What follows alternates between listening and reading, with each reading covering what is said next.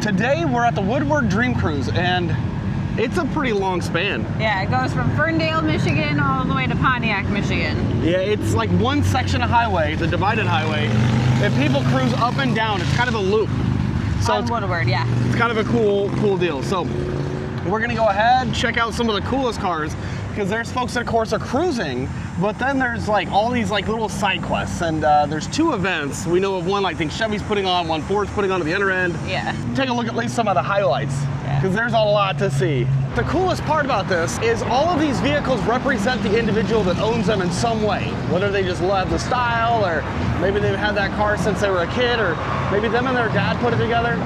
It's such a cool, I don't know, it's such a cool experience to see. Whoo-wee! And the paint jobs, that's what makes a lot of them. Eliminator. I love the fuzzy dice in a station wagon. Oh man, some of these I bet you look so, oh, it's a Chevelle station wagon. I didn't even know there was such a thing. Love that seafoam. But I'm sure that a lot of these look even better today than they did originally off the line. Look at that sucker. Buick actually, oh man. The sounds of the roars of these engines though. Oh, it's something to behold. The camera, the microphone will not do any of this justice. The size of this caddy, that is classy. I think we've mentioned this a few times, but we cannot keep anything this nice. We need durable, not nice. But it is amazing. I think a lot of these folks would have, they have their summer car, their spring car, maybe their fall car, but in the winter, they got a separate vehicle they just beat up. There's a really interesting little sense of community out here. Everybody's out here kind of enjoying watching the cars drive by, and that road is not blocked off. But they even have folks that will camp out here. Well, these guys are also promoting their security company, but there you see a bunch of like homemade little trailers, tin can jobs, folks just car camping. It's a little warm for that to me, but yeah. Man, these old caddies though, jeez Louise. These cars have some freaking presence. They're not tall, but they're long. That's an old Thunderbird. Sheesh. Look at these suckers. I mean, if you want to get ideas for what to mod your car with or how to restore your car, man, I tell you, this is the place for it. And they do call it Motor City for a reason.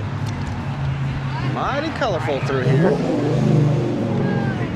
Now, while I would say it's mostly American-made vehicles, you can certainly bring any rig. People come from all over the world, as far as Japan, to see see some of these beauties. And check out this old Ford. What a beautiful car this is. Wonderfully restored. I bet this is more than garage kept. I'd be amazed if this wasn't like humidity checked and all that. This thing's amazing. Look at the condition of these leather seats for all these years. I want to say this is probably a 20s. 30s. You think it's 30s? Michigan 1930 license plate. Oh yeah. Sure is. Wow. Oh, that gives the classic diner feel, doesn't it? Whoo-wee.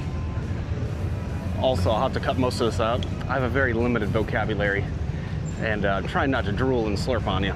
Oh my gosh, I was not expecting this. National Lampoons. Oh, I think this is the newest version of this. This is the most obnoxious car ever. They even got the storage, the luggage up top. Oh man.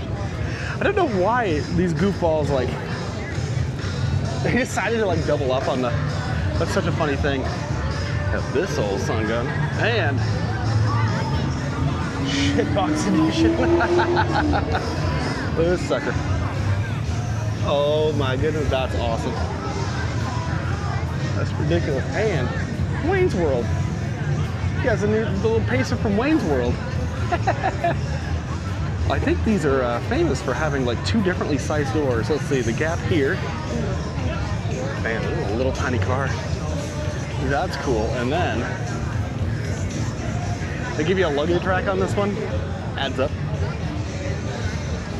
Yeah, this guy was a little bit longer. How funny was that?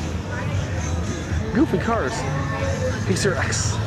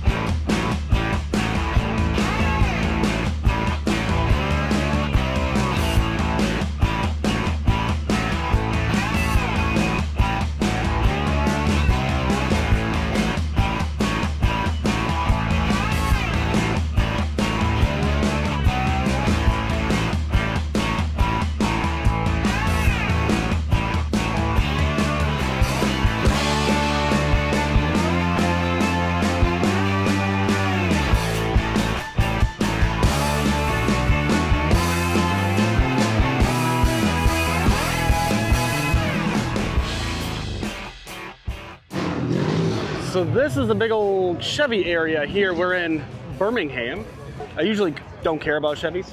This one's kind of interesting, and I believe they acquired a company for this, but this is the Bright Drop 400, 272 miles of range.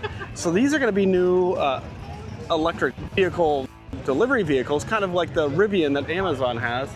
And you can see there, you got a nice flat floor here, low center of gravity because of the electric, battery setup. But look at this platform, easy to load.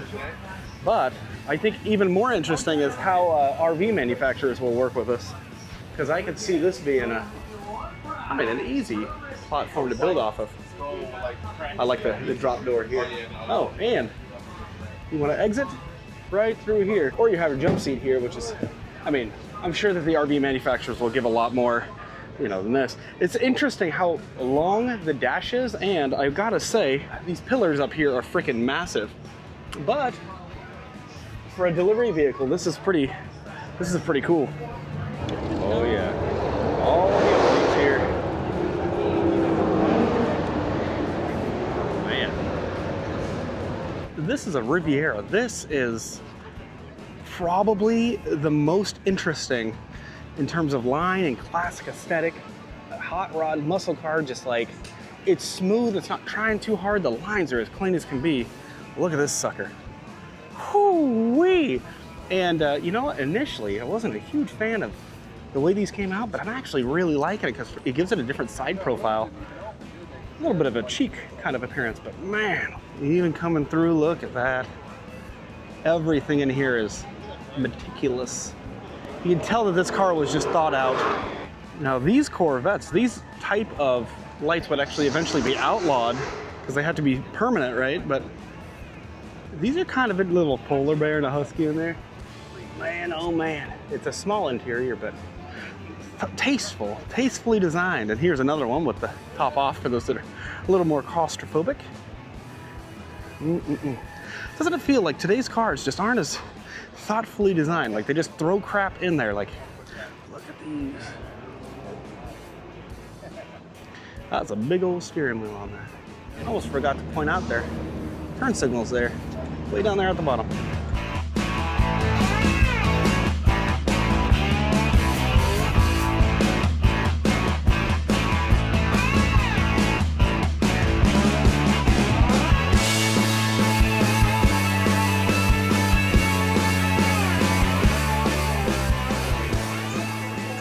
Quick stop in for some lunch here at Leo's Coney Island here in Birmingham, and we'll see if it's any better than the last Coney Island we were at. That was great. The ambiance in here is a little different. What was the last one? Mickey D's or something like that.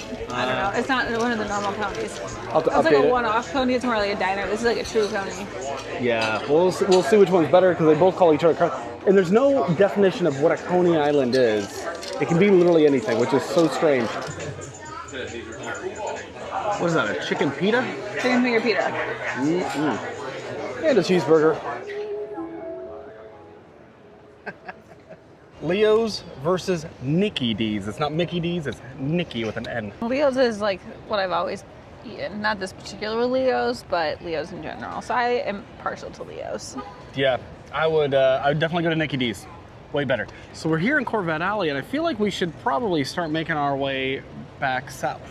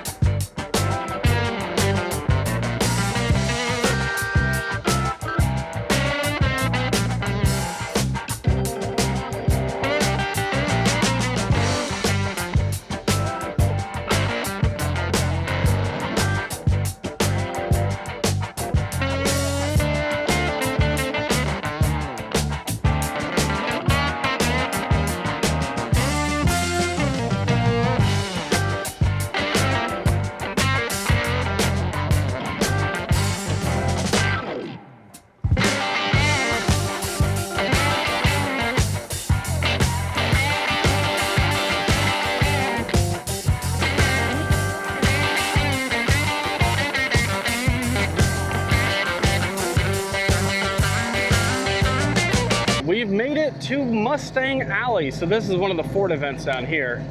And I think this is about as far south as we're gonna go. It is warm out. I think it says it's only like 88, but it's humid. Oh, we're sweaty. But man, oh man, people love their Mustangs. You know, there are definitely some designs I like better than others. I think the current generation is really nice, real mean looking. Out of kind of the popular hot rods, what are your favorites? Obviously there's a Corvette, the Camaro, which is a modern Camaro. That's not really for me. The Mustang, you know, I gotta say, the modern Mustang, I preferred over the square body style myself. Man, they look mean, don't they? Shelby F-150. Ooh, so nice. They look great, and it feels a bit of a waste because the truck is so heavy, but I mean, probably one of the fastest pickup trucks. Mustang lovers all over. I think that's probably one of the most popular vehicles out here is the Mustang. All throughout this whole, the whole day, we've been seeing so many of those. Oh, that's a pretty color. Mach 1. Now, the other thing I've noticed is there are, I don't think like any electric vehicles out here that I've noticed other than the Mach E. So, are you a fan of the Mach E? Should it have been titled a Mustang? What do you guys think? Oh man, I think that's one of the nicest ones we've seen yet. Oh, that's a beauty. I do think, however, that's really what makes a classic car. That's what puts it over the top, right? Performance, it's like, you really don't know. Most people are never gonna know if it performs well. Right. But if you got a good paint job, that's what it looks nice, yeah. You might have a shit box, but as long as it's painted well. Yep. Yeah, see what I'm saying about that paint though? Ooh-wee. Oh, she's mean. This is basically a big sales event for Ford here. I will say the Raptors though, they are pretty good looking trucks, although most of them are, grocery getters. And I get why they do it, right? It's kind of, again, it's the illusion of having a fast truck, right? But with the motors they put in here, they have to use fake sounds. So they pump out fake noises. I think that's so goofy. I think that the fake sounds are unnecessary. Give it a real sound or give it nothing. Yeah, oh, nice quiet, but beastly truck. I don't know. They do the same thing with the new Challenger EV, and I think that is, I gotta say, I think that's the goofiest thing. Yeah, and they're not even like good sounds. Like they don't even give it a good rumble. They give it like a whir. Yeah, they don't always match the revs either. I think the other thing about these vehicles is because they're all closed source, and Ford and Toyota and all the rest, they don't want you messing with any of the software on them. I'm sure that eventually somebody's going to make an unlock kit, or Ford is going to be required to unlock these or something like that, but otherwise they're just going to become e-trash, e-waste. They're not going to be out on a circuit, like this and at a show in another 40, 50 years. And that's kind of a shame. I feel like there's a lot of potential there, especially if you swap batteries and you mod things. I think that's great. I think there's a lot of potential to keep the body of the vehicle going well past the batteries, well past warranty, and a car should never be obsolete, I feel. I don't know. What do you guys think about that though? But people keep them alive. And then of course we got the Bronco and the Bronco Sport. And I guess styling wise, I think they nailed it. Personally, I'd really like to see more power in those Broncos. And definitely more reliability, but hey, I think this is kind of where the market's at right now, for better or worse. They're showing how individual you can make them. You can have a customer, stock as you want, and they're still well-performing machines for the most part. I think it's one of those things that a lot of people are going to drive it to the mall, drive it home, drive to work and drive it home. But that's a lot of Jeeps too, so I like to see Jeep having a little competition. That's kind of cool. I think that a Bronco is more of a truck than a Maverick. That's probably fair, I think. I don't know. What say you guys? No, we haven't seen any of. What? There's like no Jeeps here. Really, I think we've seen like 3. Not very many, yeah.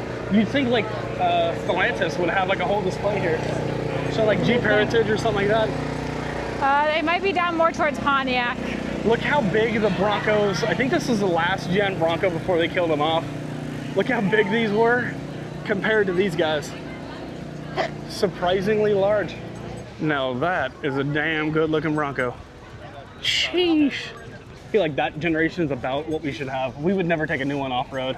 We learned our lesson with the Jeeps. No, but an old one, then it's like you want to keep it nice and cool and pretty for it to be a classic. Maybe. I mean, something that's like in the 80s, 90s, I probably wouldn't care. I go have fun with it. Like this guy, yeah, it's a showpiece, but no, man, I'd take him mudded. Take him off-road. Oh yeah, look at that beast. Look how big that thing is. That's and it's funny because they were basically like a small version of the F-Series. Basically like an F100, F-150. Just basically just chopped down. Yeah. That's pretty cool. Now that's more of a That's more of a truck than the, you know, but whatever. I don't know. What do you guys think? Like, I feel like if you can't afford to replace it with cash, you shouldn't be beating the hell out of it off-road. Right. That's just, I don't know, it's just me. Anyways, I think we're gonna go ahead and head back and maybe we'll get a couple more sights, but otherwise, hopefully had some fun. Man, that was a lot of cars. Sure was. It's plenty hot out here, so And we didn't even see them all. no, God, there's so much to see. So, yeah, we definitely worked hard for you guys. Thanks for watching, and we'll see you in the next video. Bye, guys. Bye.